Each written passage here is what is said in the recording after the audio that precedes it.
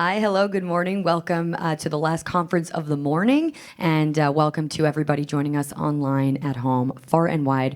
Very happy to have you here. So the conference this morning that we're going to be talking about revolves around the subject of climate insights for infrastructure. So we're looking at data-driven insights to support climate resilience, sustainability, and collaboration. Some really important themes this morning. So your speaker for today, I'm very excited to introduce. He's a strategic business executive for Google Cloud Canada. And in this capacity, Franco is responsible for the go-to-market strategy for the public sector.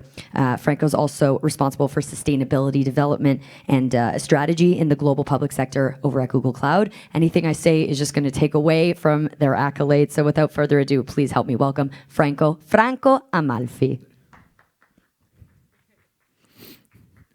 Thank you for that introduction. And thank you everybody for joining. Before we start, I wanted to play a quick video to talk about the change to our planet. If you can play the video, please.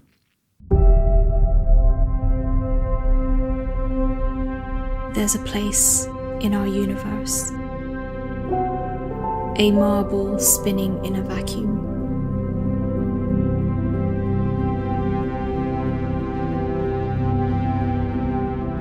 It contains life. It contains us.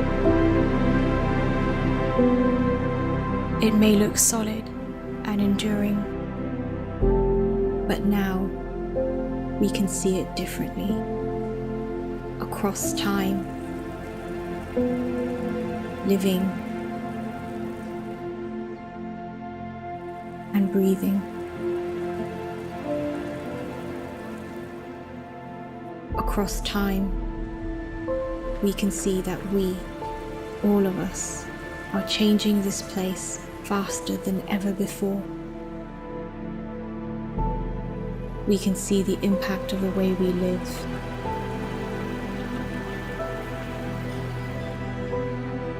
Of the choices we make.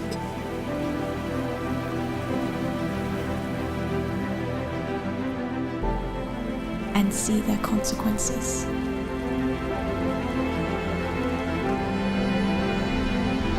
There's a place in our universe. How we decide to treat it today will determine our future. What will you think? What will you do when you see our world changing before your own eyes?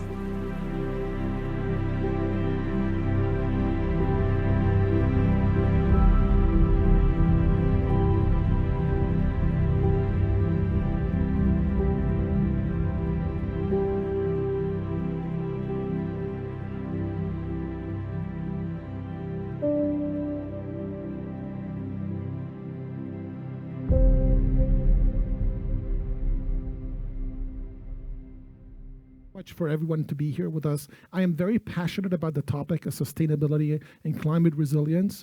As you can see, the world is changing very rapidly around us, and the choices we make will make a difference. So that's why we're very keen on bringing solutions to market at Google, working very closely with our government customers to help them use these insights to make decisions that will impact all of our citizens. Google is very invested in sustainability. We make choices ourselves, what we do as a company. We also are very invested in bringing capabilities to our customers, to researchers, to NGOs and organizations that are creating solutions for our citizens, as well as providing capabilities to our consumers, giving you choice when you're driving to have the most eco-friendly route, when you're choosing a flight, choosing the flight that has least CO2 components, showing you bike paths, showing you things to make choices so you can better reduce your footprint. Today specifically, we're going to talk about a topic that is really important, especially around cities. I mean, we are here in the cities of the future. I mean, we all live in cities. For the majority of the world, like about 80% of the population lives in cities, and that is growing exponentially. Is how do we actually build cities of the future and actually look at ways that we help these cities be more prosperous and be also like where we can continue growing as a population, and that we actually reduce the impact of these climate change. The solution that I'm going to be talking about is called Climate Insights for Infrastructure. It's a solution we built with a partner called Carto, and we'll walk you through this today. So, and hopefully that we get to work with you and bring this to your cities. As we know, the planet is facing unprecedented changes. We are seeing like wildfires, we are seeing floods, we are seeing extreme weather, the extreme heat. I mean, we have seen like a city in BC called Lytton. It was 52 degrees, was the warmest place on Earth. I mean, we're seeing this continuously. The entire planet is warming. France, the whole summer, the UK had 40 degrees plus averages for an entire month. Though that is not sustainable from a planet perspective. There's a lot of things that don't work when we get that kind of a heat. Also, we need data. There's a tremendous amount of data available to us, both from a geospatial perspective and other sources that we can use to make decisions. And I'll talk to you about in a minute as well. That's why Google Cloud, working with Carto, we're bringing these solutions to really taking these massive amounts of data and rapidly giving these insights to individuals that are making the decisions, the city planners, the people that work in Department of Transportations, the people that work in public works. Those individuals are making decisions today that will impact us in the future. We need to also preserve our infrastructure. We have to maintain it. But there's also new things that we're building. How do we build them? Where do we put them? How do we ensure environmental justice? There's a lot of focus on equity. We actually, unfortunately, people in lower income neighborhoods experience climate change in worse way than people that live in more affluent neighborhoods. How do we ensure that everybody is taken into consideration when we make these decisions? That's how we're looking at building these solutions. This climate change, it really is posing threats to our society, both from an economical perspective and as well as to the conditions of our cities and everything around us. I mean, we got flash floods, we got extreme rain, we got all these hurricanes that are destroying a lot of our built world. So things like wildfires, things like rain, flooding, but it could also be impact on natural resources, impact on agriculture and many other things that we are seeing around us. One of the things that we've been working with cities specifically and was a challenge is like, how do we understand, predict and manage a climate impact on our physical built world? A lot of the things that are around us, like buildings, roads, bridges, and so on, were built probably many decades ago. And these buildings or these assets or physical assets, we can call them that, were actually not built with having the climate resilience in mind when they were built, because it was not as it is prominent today. So that's where we are very keen on bringing these capabilities to cities, so that way they can actually look back of the decisions that were made and how do we actually maintain those assets, but also how do we build new ones that are more sustainable and that actually take into consideration these climate risks. And things like, I mean, especially cities, like erosion on roads, erosions on the city banks and so on the rivers and so on, extreme heat, those have impacts on our roads. And I'll talk in a minute on how those impact. Flooding, fire and drought, and as well as severe precipitations. Those are all key things that are impacting cities. One of the things that we use is Earth observation. Why is this important? Because these Earth observations really give us a lot of insights for analysis. There's thousands of satellites that are orbiting the Earth every single day, and these satellites produce a lot of imagery. And these imagery, it's very precise. It's geolocated and it's tagged for a specific location, so we can actually see things changing over time. You saw the images in the video. Those images, we have 40 years worth of data that we've collected, and we take new images every single day. We can actually look back at the last 40 years and continuously monitor the change to the planet using satellite imagery, and then process it and be able to see changes and start identifying risks. And that's one of the key things that we're bringing, is how to bring those capabilities in a way that users can consume them. And then also it's collaboration. A lot of the cities and governments that we work with, it's not just government that makes those decisions. There's private sector, there's also citizens themselves. We need to enable community engagement. How do we get the citizens to be part of the solutions and be able to bring capabilities to everybody? I mentioned 1,000 satellites. There's hundreds of petabytes of data that gets produced every single day. This data is very, very large, and it requires a lot of computing capability to process it. That's where Google Cloud brings a lot of value. And as well as be able to process all this data, we have hundreds of data sets. There's data being produced by the European Space Agency. There's data produced by NASA, Landsat, and others. We have a government produces their own data. How do we take it all together and apply all algorithms on top of this data to make decisions so the users can visually see it? So the challenge is not the lack of data. We got more data than we know what to do with it.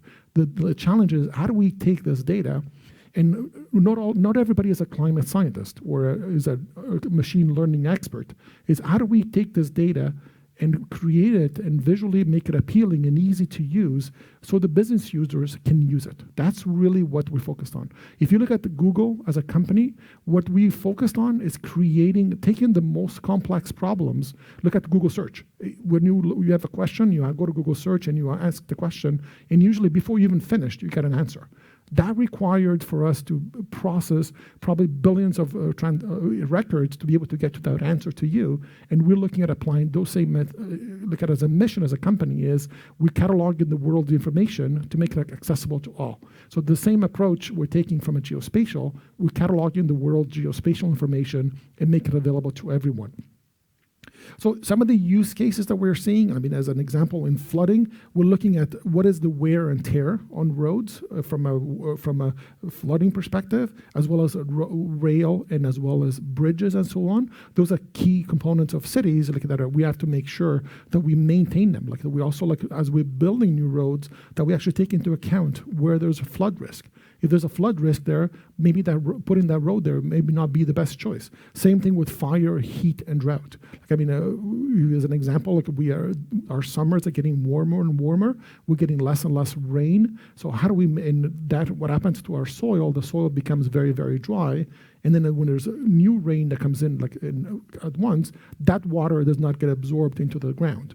What do we do with this runoff of the waters? We'll consider that into the decisions that we're making when we're building new assets, when we're actually maintaining the existing capabilities. And then erosion. We have rivers. Montreal is an island. All around us, there's a lot of erosion from the water, from all this changes in the way the water is moving. And as well as extreme weather. We're lucky we don't get hurricanes, but we've gotten hail in Montreal. We've gotten tornadoes recently. So, we may be geographically located in a way that we don't get some of these major risks, but we get flash floods. We get extreme rains that have blocked some of our roads and so on and so forth, like the carry being closed off because of all this rain. So those are some of the things we got to think about. How do we plan for that as well?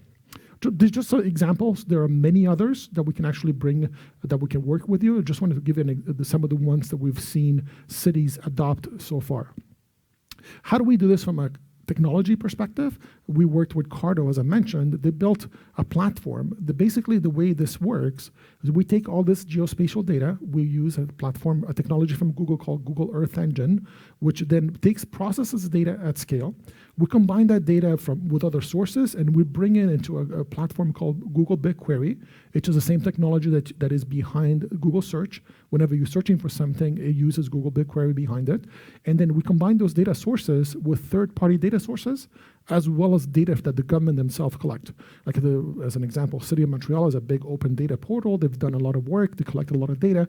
We can take a lot of the data that they produced and bring it all together and create these mashups or these consolidated views of data that brings it all to life.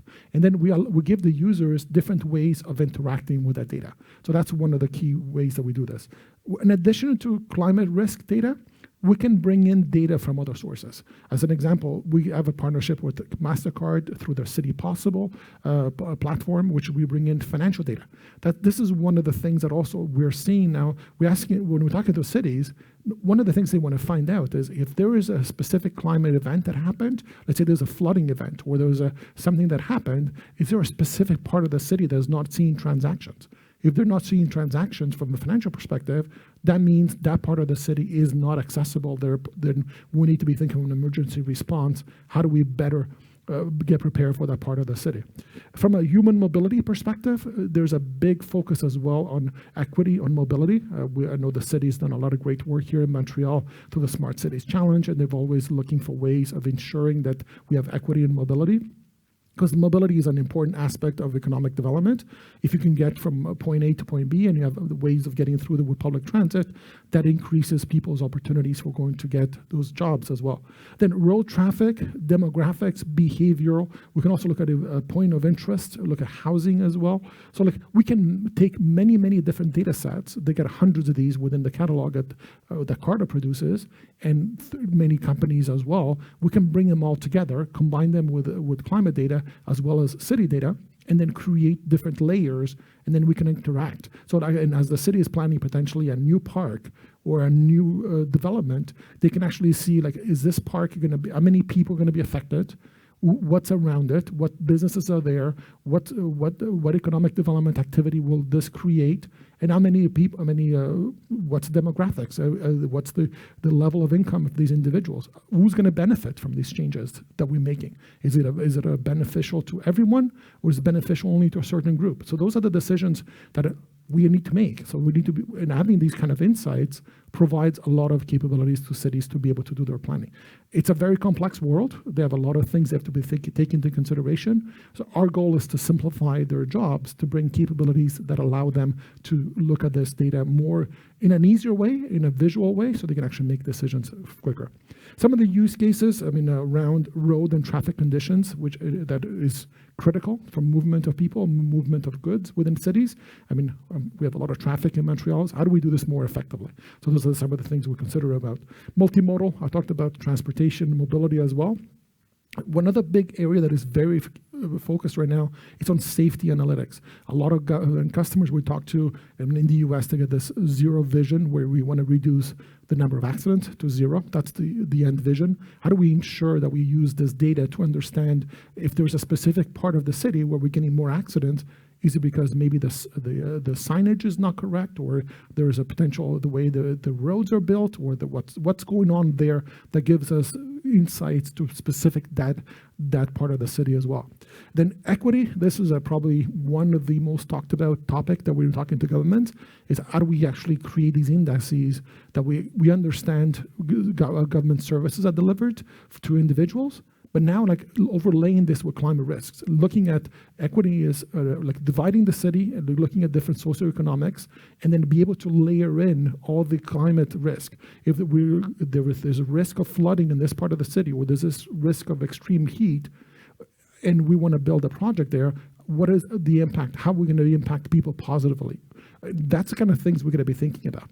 And that's where we're looking at. Unfortunately, I won't be able to show you today, but we actually have built a demo where it actually shows the entire city of Montreal, but the eastern part of Montreal is higher risk of experiencing extreme heat. That's because there's less trees in the eastern part of Montreal than there is in the downtown area than there is in the western parts of Montreal. So those are the things that we have to look at, is from a tree canopy perspective, the bike path perspective, mobility perspective. How do we make sure we make this equitable? And then economic recovery. We all been through this, unfortunately, through this pandemic, and it's caused a lot of chaos for our cities. It caused a lot of chaos for all of us. And how do we ensure, if you look at the downtown area of Montreal, how do we help the businesses? How do we know that what's moving, and looking at movement of people, looking at transactions from a financial perspective, what programs are working, what programs are not working, giving insights into that as well. So these are some of the examples, and the typical users that we're seeing adopting these capabilities. These will be executives that are looking at dashboards, that are looking at ways of getting a better picture of what's happening in their city, and as well as analysts and city planners. Those individuals are looking ahead, they're planning for the future. How do you actually bring it all together? That's what the kind of things they're looking at, and how do we look at the next 10 years, the next 5 years, as we invest tens of millions or hundreds of millions of dollars, how do we actually better prepare from a resilience perspective? We were talking to a city where they're looking at building a new water waste management treatment facility. They needed to expand the facility. They wanted to understand what is the impact to the community, both from a business perspective, what businesses are around it, what is the economic impact of that decision. Also, like from an individual's perspective, what are the socioeconomics, which individuals are there? Are this impact negatively the equity of this decision? And as well as those climate risks that are going to be created by moving this. It's like, those are the kind of decisions they were looking at, and they're going to be investing over $100 million in this wastewater facility. They wanted to know, what is the impact by making that decision? Where should we move it? How should we move it? And if we make this decision, what is going to be in the impact on all these other factors that we need to be looked at as well? So how we do it, we use a technology partnership with Cardo. So we take the data that comes from satellites, we process it with Google Earth Engine, then we ingest this data into Google BigQuery, and then within BigQuery, we have different data sets that are available, both for available public data sets that Google has made available over the time, and as well as third-party data sets that companies are created, that I mentioned before, from a financial and economic development and so on. Then we combine all those, we enrich the data, we actually we look at all these data, and then we work together with cities, and we create these indices. We decide, we have different bands in the indices, and we say, like, if it's this band, it's the X, if it's this other band, there is Y. And then from there, we create the analytics on top of it, and then we build visualizations so people could go and see how this data comes together. We use pixels. It will be like a little pixel, be different color coding. We can use different color schemes, and then depending on the level of climate risk or the level of equity in transportation, you'll be able to see different things within that as well. So from an infrastructure perspective, it's really around, as I mentioned before, it's all the resiliency around current assets and even in planned assets. So when we're talking about assets, I mentioned before, it's anything that is physical that is in the built world. Everything that we're building, that the cities are building, is how do we actually look at these assets and we ensure that what we have in place is well taken care of, because there's only so much money a city has to maintain roads, to maintain bridges, and maintaining physical assets or parks or so on. We need to make sure we know where the biggest risks are so we can actually take care of those first and then prioritize others in the future. And then as we're making decisions for new installations and so on, that we take into consideration all these factors for future installations as well. And then as well as from a community perspective, I cannot stress this enough, be able to be focused on the community. And I know the city of Montreal is very big focus on community, big focus on equity, in other cities all over the world. I mean, we're seeing this becoming kind of the norm, that we need to be thinking how we deliver citizen services equitably and benefiting everybody in the community. So that's what motivates us to get up every day, to go to work every day, think about resilience, and thinking how we can leave the planet better than we found it, and helping our future generations benefiting from this. And with the decisions we make today will impact others in the future. Unfortunately, I won't be able to show you the demo because of technical limitations, but anybody that is interested, reach out and we're happy to show this to you. And with that, I will end with just a quick summary. The key thing is scale. The way the data comes in, we have petabytes of data available to us, and Google technology has scale to be able to process this very rapidly. I mean, our computing capabilities are stronger than NASA itself. Just to give you an example, we have the strongest capability from a computing perspective. And then there's also speed of delivery. These projects that Google delivers, we don't want to be doing this over years. These are projects that are delivered in weeks. We need to get this information to the hands of the individuals very rapidly. If you think of the commitments that were made at the Paris Accord, at the 1.5 degrees, that is happening in less than 80 months. So we got to be moving much faster than we are moving today. And then making this easy to use. I mean, if you look at Google technology, our key mantra is making this as easy as possible for people to use. If you go look at Google Search or you look at Gmail or anything that Google makes, there's a big focus on usability, big focus on user experience, so there's a lot of making it easier, and creating an ecosystem of companies that actually build on top of the Google technology. Companies like Cardo, companies like Climate Engine, and many, many others that are enriching this data and bringing more data sets to market. So with that, I thank you very much, and I'm happy you joined us, and hopefully you found this interesting, and we look forward to working with you. Thank you so much, Franco. Anyone have questions? I'm going to just join you on stage right now. Yes. Thank you for that very informative presentation. I have to say, I'm actually amazed at the amount of information that you gave in just a short amount of time.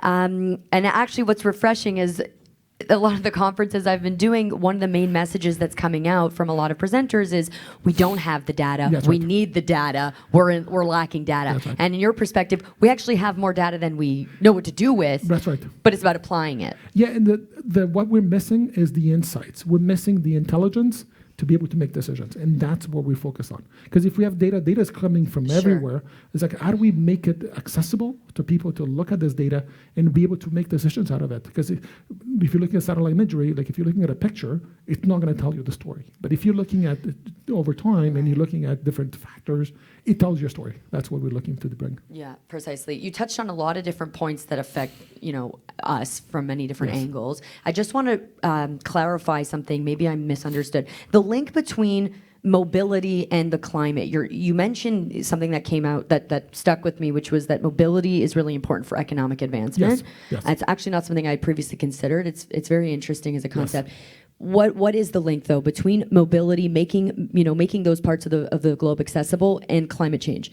Yeah, so if you think of it, like the more people have access to public transportation, the less CO2 we emit into the planet, Got right? it. So if we can get people using like Bixies, people using the buses, using the metro, and using like even like bikes and so on, the more we get people using those, Right. the less we create impact from a CO2 perspective, the less of a footprint that we leave behind us. Going back to what I was saying, our goal at Google is to give people choice, give people capabilities Empower them. to empower them to make the right decisions. And I think cities are doing the same thing. It's like trying to give people as much possibility as possible, but people need to move around. They need to work, they need to create economic activity, but we want to do it in a way that it reduces the amount of cars on the road. Sure. Okay. So especially in terms of public transit, I Yes. think Montreal is probably a city that does that relatively Yeah, well. we have one of the best in the world. I yes. would say so, Yes. but I can understand that there are other places in the world that don't Correct, have yeah. access in that way. I'm wondering, Franco, if you can talk a little bit about the declining birth rate and how that might affect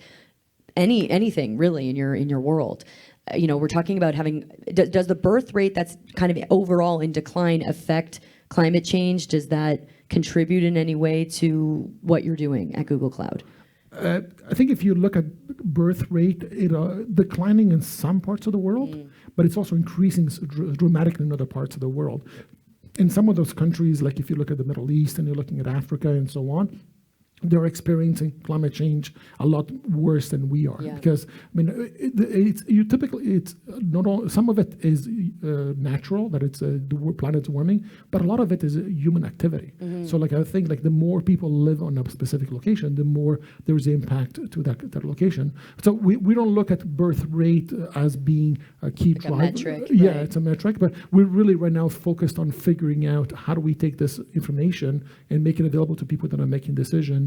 Of course, birth rate will impact the decisions they make, Yeah. where they're going to build things, but it is not something that we typically look from a climate perspective. Got it. No, I'm curious because it's a subject that kind of has come up recently, Yes. just about the decline in the birth rate, but it's good to know.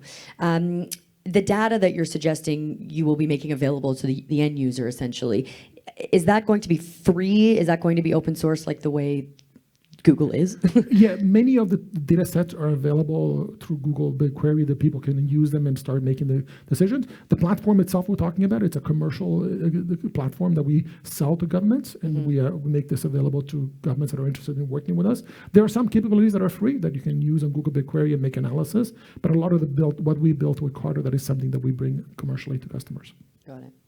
And so there's kind of this, not a dichotomy, but part of what you're discussing has to do with building cities around the expectation of severe weather, right? Adjusting our infrastructure to adjust to what we can foresee. Correct. Based on the data. Correct.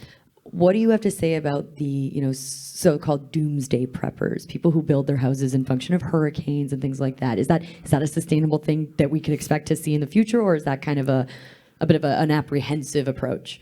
So I think the way you have to approach climate change, they're saying it's almost like going to death. There's multiple stages. The first stage is like, oh my God, and then you also over time you kind of start looking at it. It's like, what is the opportunity? What is that we need to think about? I mean, the doomsday people will always exist. That's their choice. Sure. But I think ultimately we cannot live in a bubble. We need to live our lives, but we need to adapt. We need to adapt to climate change. The weather is changing, the world is changing.